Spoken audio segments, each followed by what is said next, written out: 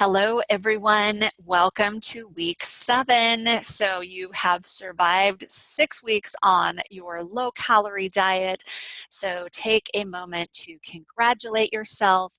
By now, you should be seeing anywhere from 20 to 40 pounds of weight loss if you followed your plan properly, and you should be seeing higher energy levels, your clothes fitting better, just overall looking better, feeling better. So congratulations, that's a big deal. As we are transitioning into eating a little bit more food, which will get everybody probably pretty excited, we are going to go through a process of every single week, we're going to add in a little tiny bit more and a little bit more in a very strategic manner. So what we are doing with the transition phase is basically you're going to take the weight that you ended your low calorie phase at, and that will be your basically what the number that we're using as your new set point for your weight. So what happens during the transition is we are allowing your body to level out, to get used to this weight, for your hypothalamus to reset, your metabolism to reset, so that this is your new set point right where we are now. So basically what happens is we'll be talking about adding those things back into your diet just gradually, a little bit more fat, a little bit more protein. We'll be adding one more meal, possibly some snacks to your day-to-day. And this week marks the first week that you can get back to doing some exercise. So right now, some of you are probably groaning, those of you that are not the exercise type or have not been in the past. And some of you are probably doing the happy dance, those of you that love exercise and have really figured out how good it makes you feel, and I've kind of kept you from doing that for the last few weeks. So everybody's at a different place at this point. But for those of you that have not worked out in the past, I am going to do my best to help you figure out some ways to get into it so that you can truly feel how good everything works when you are working out a little bit and moving your body. Our success strategy as far as mindset this week is managing stress for successful weight loss. So we'll be talking about the benefits of keeping your stress under control to help you maintain your weight loss, and as well as the other health benefits associated. So let's start with our nutrition plan. So now a couple of really important things right now. So since we're going through this reset phase, which is 3 weeks long, it's very, very important that you are keeping a close eye on what you're doing. This is just as critical, maybe even more than your low calorie phase. So because our body is resetting and our goal is to make this a permanent change, for our metabolism to be at this new level permanently, it's super important that you guys just put your blinders on and follow the plan as it's written, okay? So some of the main things, the main rules that we're going to be trying to stay within are: we do not want to have any starches during this 3-week period. And that includes even the healthier grains and carbs. We're going to add those in as soon as we start our maintenance period. No sugars, no sweets, no artificial ingredients, processed food, that kind of stuff. That is all going to throw off all of your progress. So we want to stay away from that. We want to only eat until we're full. So be very, very mindful as you're eating. I want you guys to slow down a little bit and chew your food well. Be very, very mindful of your hunger levels. So as we're starting to add food back in, this is going to seem like a lot of food for you. So for some of you, it's going to be a stretch to get all of it in. So just make sure, it's important that you have enough calories, otherwise your body's going to think it's starving and it's going to store fat. So we definitely want to get enough calories, but we also want to not overdo, because that's going to cause us to gain weight. So try to get away from the mindset of, a lot of people at this point are scared that they're going to gain the weight back, so they limit their food intake. So do not do that. I want you to get as much food as you are allowed, not more, but really pay attention to that hunger scale. So this week we're going to eat until we're about 60 to 65, 70% full. And that's going to be quite a bit of food for you. So again, we're going to weigh ourselves daily during this phase, and any weight gain, which you will find some fluctuation just like you did during the low calorie phase. There's a lot of things like water intake, menstrual cycles, salt intake. There's a lot of things that will impact your weight on the scale. So just expect some fluctuations, but your goal is to stay within 2 pounds up or 2 pounds down of the weight that you are at right now. If you find yourself above that 2 pound mark, you need to immediately implement a steak day. So what that looks like is basically you get on the scale, you're up the 2 pounds, you skip breakfast, you skip lunch, you're drinking lots of water during this point, which you should be doing anyway.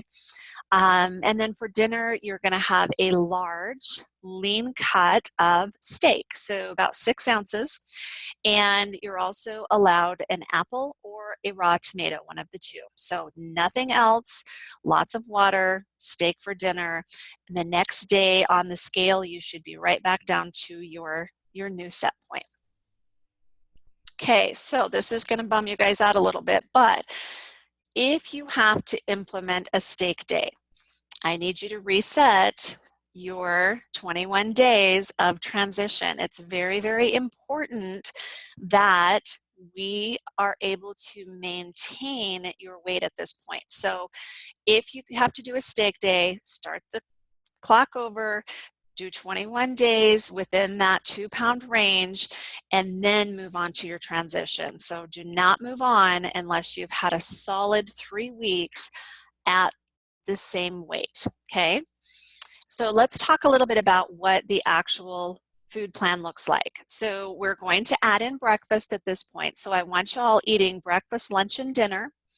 And there's a couple of different ways that we can tackle this. So my preference would be that you only do 3 meals a day.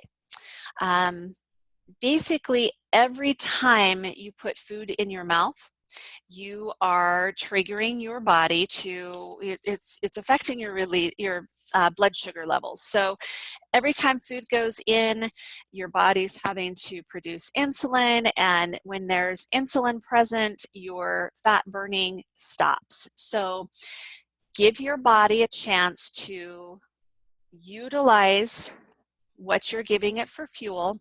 It will help your digestive system if you're putting a little bit more space and your body's not constantly focused on digestion. Just all the way around, 3 meals, 3 solid meals a day is going to be a lot better to help you maintain your weight. So if you do 3 meals a day only, I want you doing about 4.5 ounces of protein for women, which is the size of the palm of your hand in thickness as well. Actually a little tiny bit bigger than the palm of your hand. For men, I want you doing about 6.5 ounces of protein. So as far as your carbs go, maybe bump the amount up to 2.5 cups of carbs per meal. So that's going to primarily be vegetables, maybe 80 to 90, probably 90% vegetables. Make sure that you're getting lots of different colors and variety in the vegetables that you're eating. Some raw, some cooked. Just variety is the key here. You're going to get more nutritional benefits that way. You're getting lots of fiber. Your benefits are increased drastically by making sure that you get that 2+ cups of vegetables into your day. Okay, so now here's something that's a little bit new for you guys. So with all three of those meals, we are going to include a healthy fat. So that may be a little bit of avocado, a little bit of olive oil, coconut oil, grass-fed butter, walnut oil. Um, those are all, avocado oil is another really good one. Our body needs to have that fat in it to work properly. So our goal is to gradually bump up the amount of fat that we're getting in our diet. That is going to help you feel fuller longer. It's going to really help a lot of things that have to do with your metabolism. So do not skip this part. I know a lot of you are ingrained to think that fat is bad. So the key here is just making sure that it is healthy fat. That's huge. So nuts, seeds, oils, grass-fed butter, those are all fabulous to start adding in. I do want you to be a little bit cautious on the nuts though. For some reason,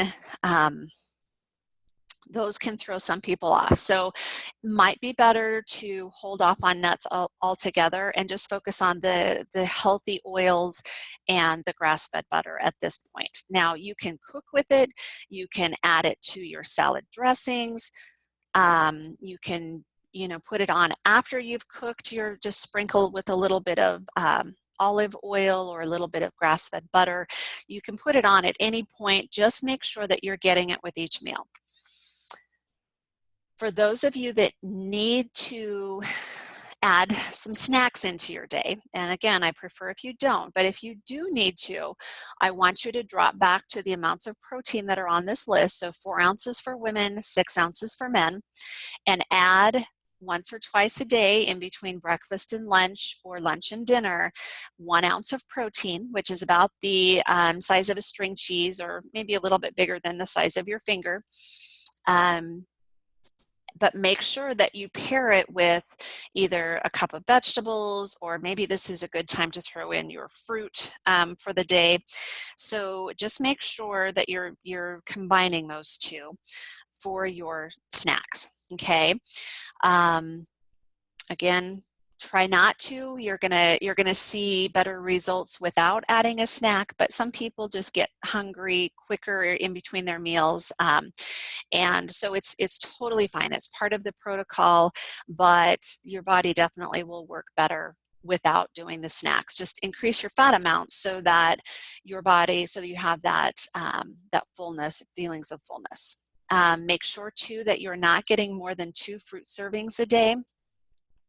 And we are also, I just want to stress this because we have had the grissini breadsticks into the plan. I want you to make sure that you're taking that out. And on your fruit servings, I would probably do closer to like a half of a, like for instance, if you're doing an apple, maybe do half of an apple or half of a grapefruit or whatever fruit you're doing. Just kind of maybe scale down just a little tiny bit on the serving size, just because there's a lot of sugar in fruit. So I want you guys to really pay attention to your body, okay, as we start transitioning. Keep an eye on the scale. If you find that the scale is going up, scale back a little bit on the fat, scale back a little bit on your portions, and this is kind of a balancing game. So you'll get the hang of it, but it's kind of a slow process and everybody's a little bit different. So just pay attention to what is going on and make those little micro adjustments as necessary.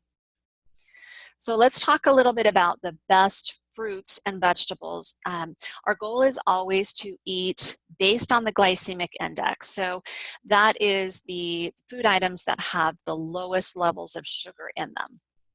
So as far as your fruits go, berries and apples and citrus fruit are probably your very best bets. All types of berries are very low in fructose. Apples, Granny Smith especially, low in sugar.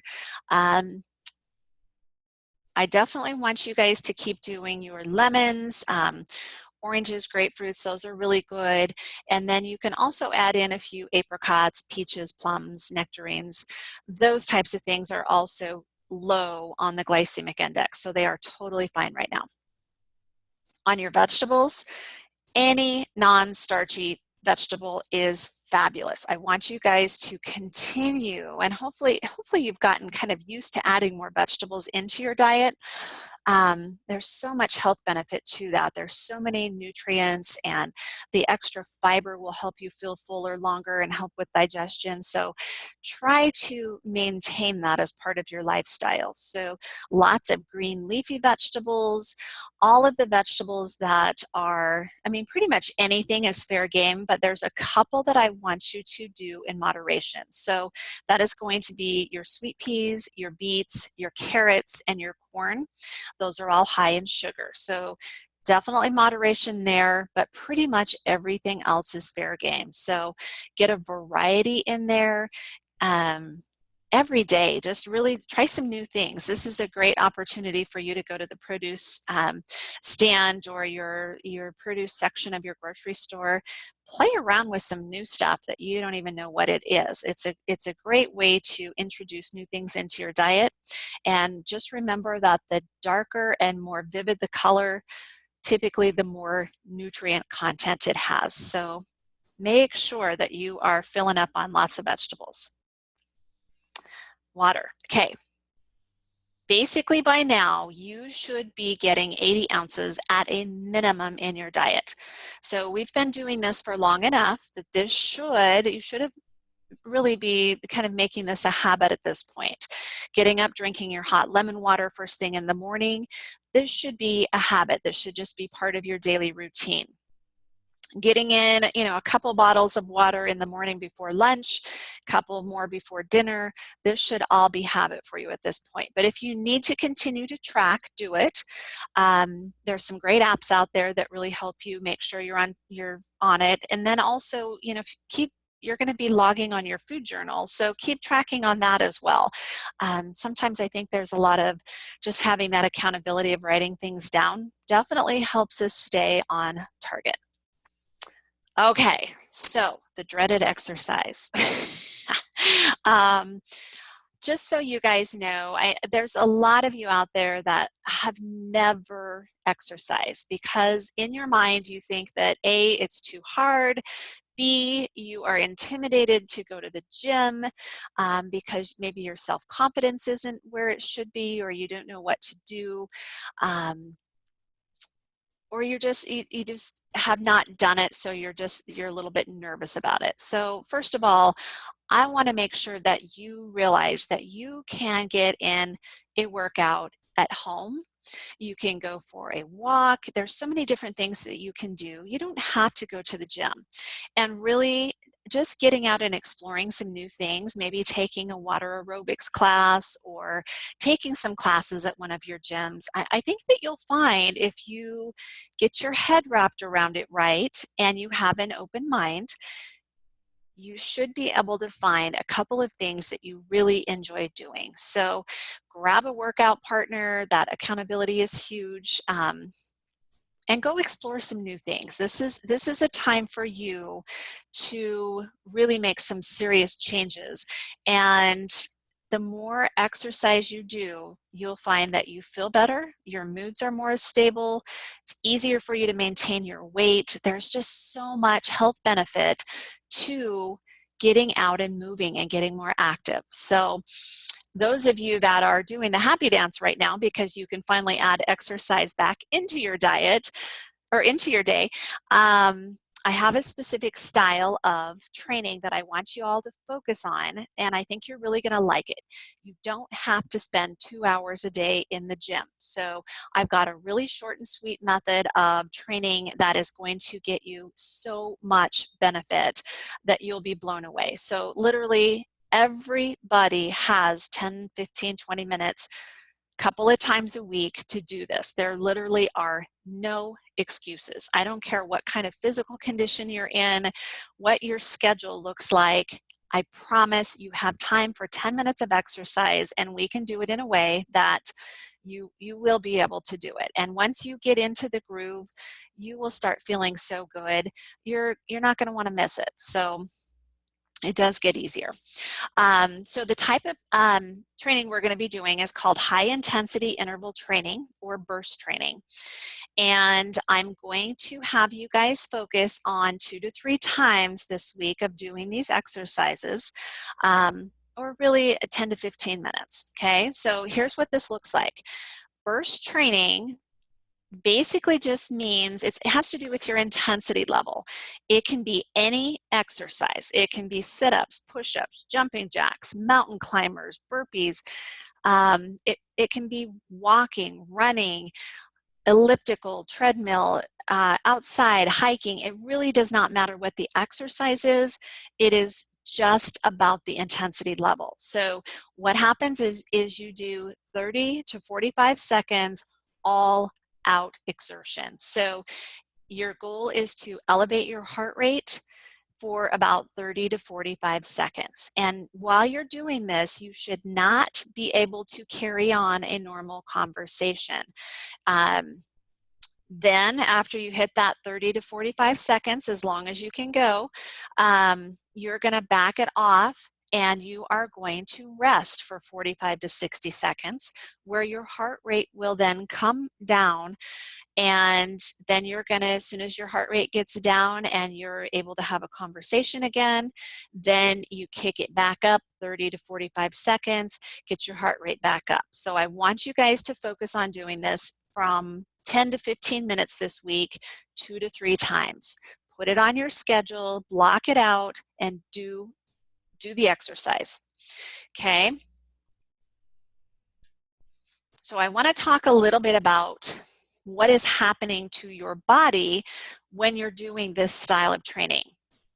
So typically, if we're just on the treadmill running and doing our thing, we do burn fat during the workout. But what happens is we burn muscle for the next couple of days afterwards. Our growth hormone is reduced, our testosterone levels are reduced, and it creates a lot of oxidative stress in our body, which causes a lot of physical damage as well as premature aging. So nobody wants to go that route, and really nobody has time to sit on the treadmill forever either. So bag the aerobic training that you've been doing, if you're that person, and focus on doing these bursts of intense exercise for a shorter amount of time. It's going to burn the stored sugar that you have in your cells while you're doing the workout, but the magic happens after your workout. You will literally burn fat for 36 hours after a burst training workout.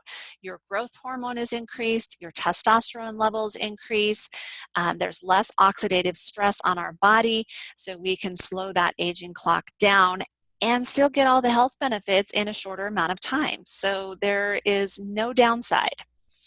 Okay, this is option 2 for you guys that need a little bit more structure. Print out this worksheet, and your goal this week is to go through this maybe once.